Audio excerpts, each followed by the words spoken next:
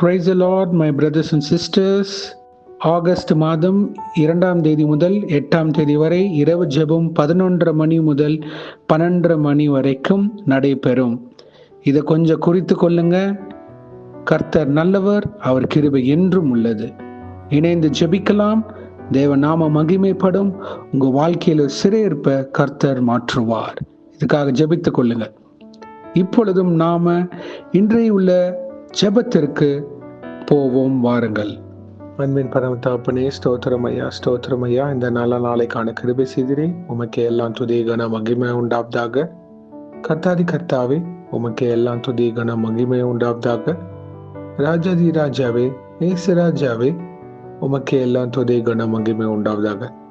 அப்பா, இந்த வசனத்தை வைத்து நாங்கள் ஜெபிக்கிறப்போ எங்கள் ஒவ்வொருத்தரையும் ஆளுகை செய்யுமாறு தாழ்த்தி கேட்கிறோம். John 3rd chapter 30th verse.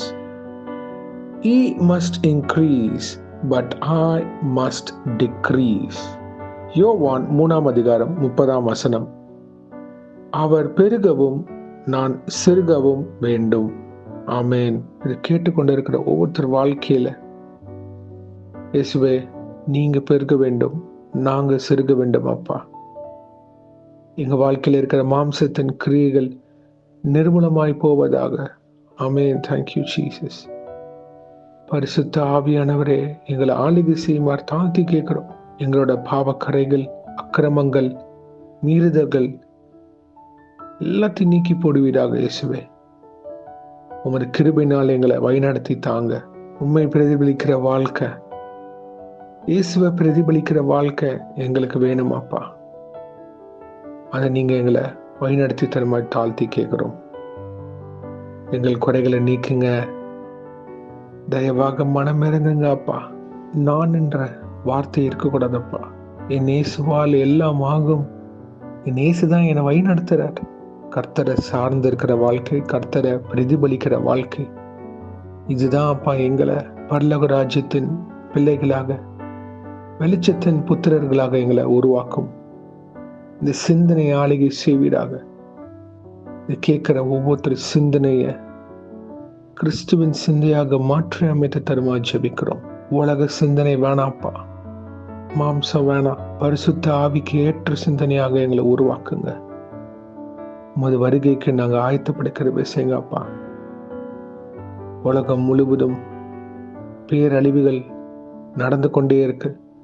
பாவங்கள் பெருகி கொண்டே போதப்பா. துணிகரமான காரியங்கள், நிர்விசாரமான காரியங்கள் எல்லாம் தலைவிரித்து கொண்டு ஆடிக்கொண்டிருக்கப்பா. ஆனா இயேசுவே, உம்மை சார்ந்திருக்கிற பிள்ளைகள் முடிவு பரியந்தம் வரைக்கும் ரட்சிக்கப்படுவார்கள். கடைசி வரைக்கும் நிலை நிற்கிறவனே ரட்சிக்கப்படுவான்.